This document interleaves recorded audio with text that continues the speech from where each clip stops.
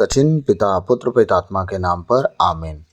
सर्वशक्तिमान महान परमेश्वर पिता, हम आपको धन्यवाद देते हैं, राजाओं के राजा प्रभुओं के प्रभु प्रभु यीशु मसीह, पिछली रात के लिए, आज के दिन के लिए, शाम रात के लिए, कि आपने अब तक हमें जीवित, सुरक्षित और अचानक मरण से बचाया, हर प्रिय घटना से, हर दुर्घटना से, हर एक्सीडेंट महामारी से बचाया, उसके लिए धन्यवाद पिता। आज तक जो भी हमसे मन वचन कर्म से अपना कर्तव्य पूरा ना करने से जो हमसे पाप गुनाह हुआ हो, उसके लिए हमें क्षमा कीजिए, दया कीजिए, कृपा कीजिए, हमें दंड ना दीजिए, हमारे कर्ज गुनाह अपराध क्षमा कीजिए, ताकि हम आपके कहे अनुसार जीवन जिए, पाप गुनाह से दूर रह, पवित्रताई और खराई में चले। तेरे बेटे बेटियों के लिए मैं प्रार्थना करता हूँ, हे खुदावंद खुदा, जितने ऑनलाइन सुनने वाले हैं वचन परमेश्वर, उनके ऊपर अपने अनुग्रह की दृष्टि लगाना, तेरी दया उन पर बनी रहे, तेरी कृपा उन पर बनी रहे, तेरा प्रेम, तेरा धीरज, तेरा संयम, तेरी नम्रता, तेरी दीनता, ओ परमेश्वर पिता, मैं प्रार्थना करता हूँ वो तुझ में परमेश्वर तेरे बेटे बेटियों में बनी रहे। पिता मैं प्रार्थना करता हूँ तेरी दया के लिए, तेरी कृपा के लिए, हे परम प्रधान परमेश्वर, हे अब्राहम इसहाक इज़राइल के परमेश्वर, तेरी पवित्रताई और खराई उनके जीवन का हिस्सा होने पाए, यीशु मसीह के नाम से पिता मैं प्रार्थना करता हूँ। आज का एक एक वचन हमारे जीवन में 100 गुना फलों को लाए, और आज का एक एक वचन प्रभु परमेश्वर पिता मैं प्रार्थना करता हूँ बहुतायत से हमारे जीवन के लिए आशीष का कारण बने। सारी बातों को आपके चरणों में रखते हुए विनती यीशु के नाम पर भक्त आपसे मांगते हैं। जितने आपके बेटे बेटी आज सुने प्रभु, 100 गुना फल लाए अपने जीवन, घर, परिवार में, और परमेश्वर पिता आज के वचन के अनुसार जीने चलने उठने बैठने वाले बने। प्रार्थना यीशु के नाम पर मांगता हूँ, सुनिए और दया से ग्रहण कीजिए, आमीन। सबों को जय यीशु। मैं आशा करता हूँ आप सब बहुत आनंदित होंगे, खुश होंगे, और ऐसे ही आप आनंदित रहिए, खुश रहिए, क्योंकि आनंद में ही बल है और परमेश्वर आप सबको बलवंत करेंगे। आइए हम प्रभु के वचन में जाएंगे। संत मत्ती अध्याय 13 पद संख्या 44। आज हम बस एक वचन देखेंगे, मत्ती 13 अध्याय का 44 वचन। आज हम देखेंगे छिपा खजाना, छिपा हुआ खजाने के विषय में। वचन कह रहा है, स्वर्ग का राज्य खेत में छिपे हुए खजाने के सदृश है, जिसे कोई मनुष्य पाता है और दोबारा छिपा देता है। जिसे कोई मनुष्य क्या करता है, पाता है जब, तो उसे दोबारा छुपा देता है, ठीक। तब वह उमंग में जाता और सब कुछ बेचकर उस खेत को खरीद लेता है। अब आप समझिएगा ना, मैं थोड़ा सा आसान भाषा में समझा रहा हूँ। आपके पास मान लीजिए कोई खेत है जिसको आप अधिया बटैया में किसी मालिक से, किसान से लिए हैं, ठीक है। इसके बाद आप उसका काम करते हैं, उस खेत में हल चलाते हैं। हल चलाते चलाते चलाते चलाते एक दिन क्या हुआ कि एक बड़ा सा ढक्कन के ऊपर हल लगा और ढक्कन खुल गया। आप जब देखें तो उसमें हीरा मोती जवाहरात सब पड़ा है। सांसारिक दृष्टि की बात कर रहा हूँ मैं, अभी आत्मिक दृष्टि की बात नहीं कर रहा हूँ, ठीक है। इस संसार की रीति पे बात हो रही है। अचानक से ढक्कन खुला, उसमें हीरा जवाहरात और पुराने पुराने कोहिनूर छुपे हुए हैं, ठीक। अब आप उसे देखें और क्या किए, चुपचाप ढक्कन लगाए और उस खेत को ढके, क्योंकि ढक्कन के अलावा अगर उसमें से आप निकालोगे तो भी पकड़े जाओगे, अगर उस मटके को निकालोगे तो भी आप पकड़े जाओगे। तो कहीं ना कहीं आप पकड़े जाने के डर से क्या करोगे, पहले उसे आप ढक लिए और क्या किए, गए गए गए जल्दी जल्दी, तो अपने खेत के मालिक से बोले कि भाई उस ज़मीन को हमको दे दो। उसको ज़रूरत भी रहा होगा या नहीं भी, तो उसको दुगना तिगुना रेट देंगे। आप बोलेंगे भैया एक काम करो, उसमें तो बहुत सारा है, मैं पहले अपना सब कुछ बेचता हूँ, अपना उपाय लगाता हूँ, मैं सब कुछ, अपना खेती बाड़ी सब कुछ बेच देता हूँ, अपना घर का हर एक सब चीज़ बेच देता हूँ ताकि वो खेत खरीद सकूँ। तो ये किसान क्या कर रहा है मालूम है, अब एक बार पढ़ता हूँ मैं। स्वर्ग का राज खेत में छिपे हुए खजाने के सदृश है, जिसे कोई मनुष्य पाता है और दोबारा छिपा देता है। तब वह उमंग में, आनंद से परिपूर्ण होकर उमंग में जाता और सब कुछ बेचकर उस खेत को खरीद लेता है। अब बताइए, जब वो खेत को खरीद लेगा तो क्या होगा, खेत भी उसका, उसमें छुपा हुआ धन भी उसका, आमीन। अब यीशु मसीह जो कहना चाह रहे हैं वो क्या है, थोड़ा सा मैं आप सबको वचनों के द्वारा ही बताऊंगा। तो संत मत्ती अध्याय 19 पद संख्या 21 और 29 हम निकालेंगे। मत्ती अध्याय 19 पद संख्या 21 और 29 वचन कह रहा है, ईसा ने उसे उत्तर दिया, यदि तुम पूर्ण होना चाहते हो तो जाओ, अपनी सारी संपत्ति बेचकर गरीबों को दे दो और स्वर्ग में तुम्हारे लिए पूंजी रखी रहेगी, तब आकर मेरा अनुसरण करना। कुछ समझे, वो संसारिक रीति की बात हो रही थी। अब असल में यीशु मसीह क्या कहना चाह रहे हैं कि देखो, अगर तुम स्वर्ग राज चाहते हो तो क्या करो, अपना सब कुछ बेच दो, गरीबों को दे दो और मेरे पीछे हो लो, मेरा अनुसरण करो। इसका तात्पर्य यह है कि पिता परमेश्वर चाहते हैं कि तुम लोग अपना सब कुछ साइड में रखो, स्वर्ग राज की खोज में लगो। तुम अपना सब कुछ भले बेचना है बेच दो, लेकिन स्वर्ग राज की खोज लगो। वो ना छूटने पाए तुम्हारे हाथ से। वो तुम्हारे हाथ से अगर छूट गया तो बताओ तुम क्या कर पाओगे? कुछ नहीं। इसलिए कह रहा है, ईसा ने उन्हें उत्तर दिया, यदि तुम पूर्ण होना चाहते हो, पूर्ण मतलब संपूर्ण, अधूरा नहीं, कम कमजोर नहीं, एकदम परिपूर्ण होना चाहते हो, तो जाओ अपनी सारी संपत्ति बेचकर गरीबों को दे दो। गजब बोल दिए यीशु मसीह। ये बताइए, मुझे पूरी संपत्ति अगर मैं बेच के गरीबों को दे दूंगा तो मैं क्या करूंगा? जैक फ्रूट खाऊंगा? हैं? आप समझिए। लेकिन प्रभु क्या कह रहे हैं, क्योंकि धन का जोखिम तुम लेके मेरे पीछे नहीं चल पाओगे। तुम्हारे दिमाग में चिंताएं रहेंगी, तुम्हारे जीवन में ये रहेगा वो रहेगा। तो चिंता तो सबके रहता है प्रभु, आप कहोगे।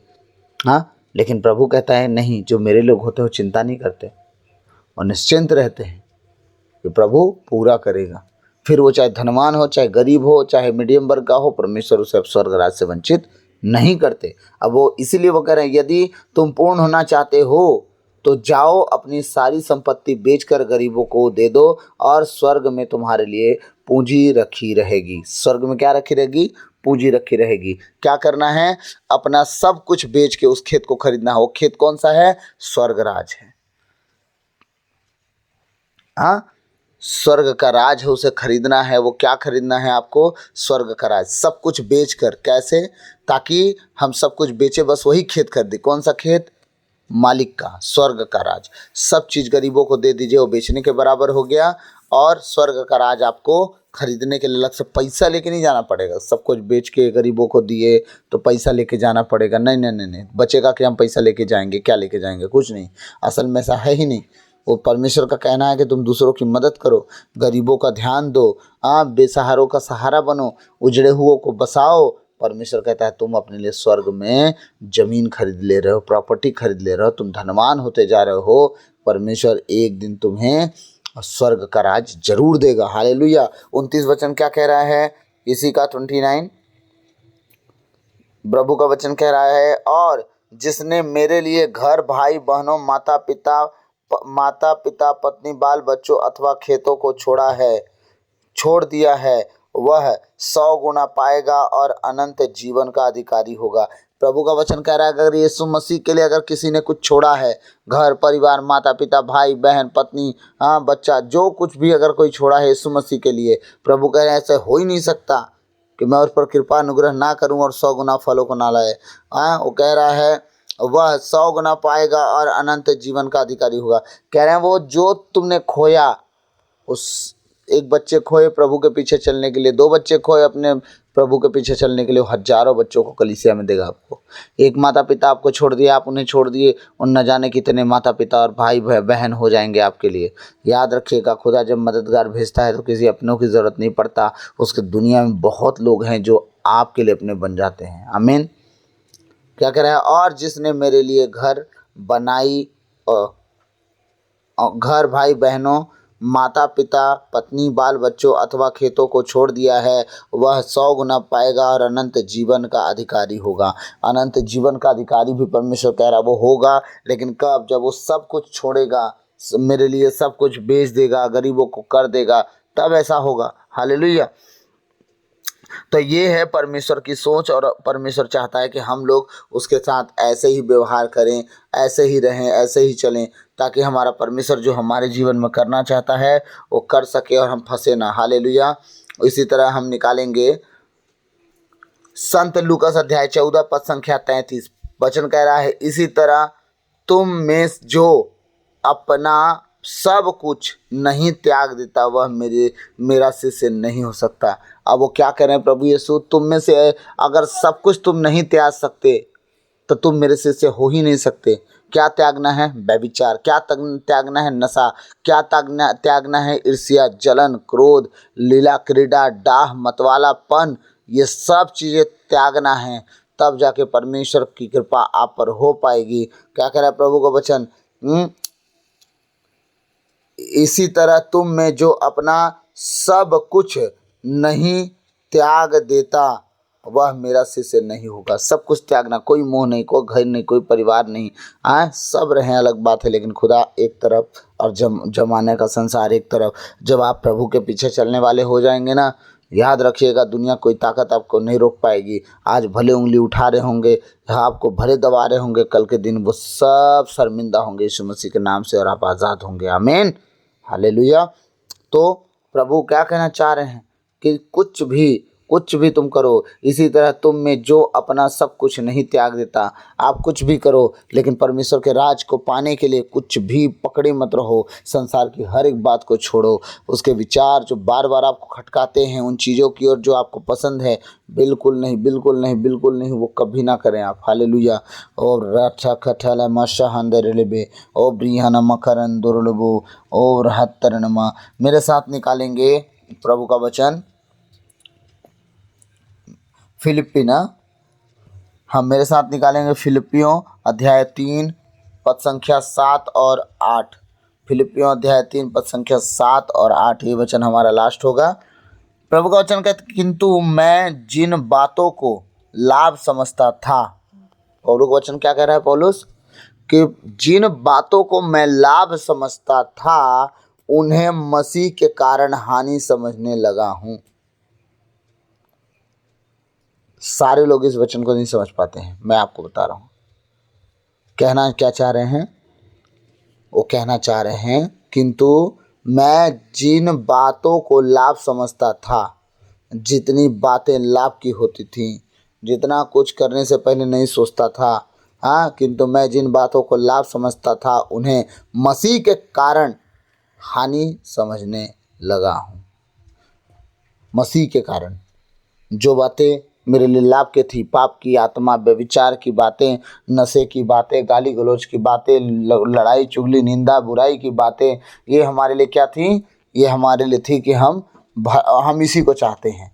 लेकिन वहाँ पासा ही पलट गया। किंतु मैं जिन बातों को लाभ समझता था, ये मेरे लिए लाभ की बातें थी। नशा करना, व्यभिचार करना, लड़ाई झगड़ा करना, ये मेरे लिए क्या थी, क्या बोलते हैं, लाभ की बातें मैं समझता था, ऐसा कि लाभ की बातें थी, कि उन्हें मसीह के कारण हानि समझने लगा। पौलुस कह रहा है, जब से मैं यीशु मसीह को जाना हूँ तब से सारी चीज़ें मेरे लिए हानि की हो गई, मेरे लिए उत्तम की नहीं रह गई, मेरे लिए कृपा की नहीं रह गई, मेरे लिए बढ़ने के लिए नहीं रह गई। मैं घटता चला जा रहा हूँ। अब मैं जान गया कि मसीह यीशु में क्या है, न लड़ाई है, न झगड़ा है, न ईर्ष्या है, न जलन है, न दाग है, न झुर्री है। तो प्रभु का वचन कह रहा है, किंतु मैं जिन बातों को लाभ समझता था उन्हें मसीह के कारण हानि समझने लगा हूँ। अब किसके कारण हानि समझने लगा, मसीह के कारण। मसीह ऐसा जीवन जी के गया है कि जो व्यक्ति एक भी पल में सोच लिया कि नहीं ये गलत है, मैं ये नहीं करूँगा। 8वां वचन कह रहा है, इतना ही नहीं, मैं प्रभु ईसा मसीह को जानना सर्वश्रेष्ठ लाभ मानता हूँ। यीशु मसीह को जानना ही क्या है, आपके लिए सर्वश्रेष्ठ लाभ है। याद रखिएगा, उसका नाम नहीं, वो यीशु मसीह को जान लेना आपके लिए सर्वश्रेष्ठ लाभ है। और लाभ दुनिया में कुछ नहीं इसके अलावा। इतना ही नहीं, मैं प्रभु ईसा मसीह को जानना सर्वश्रेष्ठ लाभ समझता हूँ और इस ज्ञान की तुलना में हर वस्तु को हानि ही मानता हूँ। अब उसका कहना है BMW, Audi, Rolls Royce, defender गाड़ी, बंगला, व्हाइट हाउस, ताजमहल, जो घर हो गए घर, ठीक है। अब वो क्या कह रहा है, ध्यान से समझिएगा। तो कह रहा है, और इस ज्ञान की तुलना में हर वस्तु को हानि ही मानता हूँ। उनका कहना है, जो प्रभु का वचन है, प्रभु के वचनों के सामने दुनिया की हर एक ज्ञान की बातें, हर एक ज्ञान से तुलना करना मेरे यीशु मसीह से कोई कंपैरिजन नहीं है। उससे कोई भी समझौता नहीं कर सकता, उससे कोई भी तोल मोल नहीं कर सकता, उसे नाप चढ़ा नहीं सकता। वो ये कहना चाह रहा है, इतना ही नहीं, मैं प्रभु ईसा मसीह को जानना सर्वश्रेष्ठ लाभ मानता हूँ और इस ज्ञान की तुलना में हर वस्तु को हानि ही मानता हूँ। यीशु मसीह के सामने मैं किसी को कुछ नहीं मानता। दुनिया के कुछ भी दे दो तुम, हीरा मोती जवाहरात कुछ दे दो, मैं यीशु मसीह के नाम के सामने कुछ भी नहीं मानता। कह रहा उन्हीं के लिए मैंने सब कुछ छोड़ दिया है। किसके लिए पौलुस ने छोड़ दिया सब कुछ? यीशु मसीह के लिए, और उसे कूड़ा समझता हूँ। हालेलुया। किसे? जिसे मैंने सब कुछ, उन्हीं के लिए मैंने सब कुछ छोड़ दिया है और उसे कूड़ा समझता हूँ। अब जो व्यक्ति पहले नशा में था, नशा छोड़ दिया, अब नशा छोड़ दिए, जब आप कहोगे नशा करने के लिए, वो चिढ़ेगा आपसे। क्यों? क्योंकि वो छोड़ दिया है और आप उसे करवाना चाहते हो। छोड़ने के बाद उसको पता चला कि नशा बहुत बर्बादी का घर है। मुझे बर्बाद तो नहीं, आबाद तो नहीं कर सकता, लेकिन बर्बाद टोटल कर देगा। हाँ, इसीलिए वो कह रहा है लास्ट लाइन, उन्हीं के लिए मैंने सब कुछ छोड़ दिया है और उसे कूड़ा समझता हूँ। सब कुछ, नशा करना, व्यभिचार करना, लड़कीबाजी करना, गाली गलौज करना, उठना बैठना, गलत संगति में रहना, वो सब कुछ सब कुछ सब कुछ, वो सब कुछ की बात कर रहा है। ओ हालेलुया। उन्हीं के लिए मैंने सब कुछ छोड़ दिया है और उसे कूड़ा समझता हूँ। जितनी गलतियां, जितना गुनाह, जितना पाप मैं पहले करता था, यीशु मसीह के लिए मैंने छोड़ा।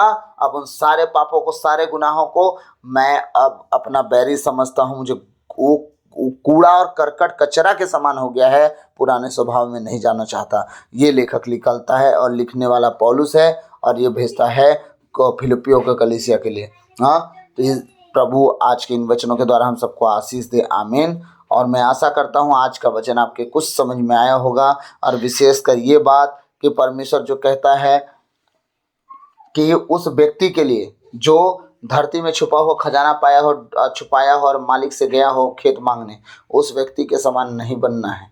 हालेलुया। उस व्यक्ति के समान आप बनोगे, वो सांसारिक रूप की बात होगी, आप नुकसान में हो जाओगे। परमेश्वर चाहते हैं कि आप स्वर्ग राज के लिए जो भी करें, धरती के लिए कुछ ना करें। स्वर्ग राज के लिए उस छुपे हुए खजाने की तरह स्वर्ग राज को ढूंढो। जो देना पड़े जो दे दो, जो बेचना पड़े बेच दो। तुमसे कोई चादर मांगे दोहा दे दो, लेकिन दोहर दे दो, कुछ भी करो, लेकिन परमेश्वर का राज तुमसे ना छिटे।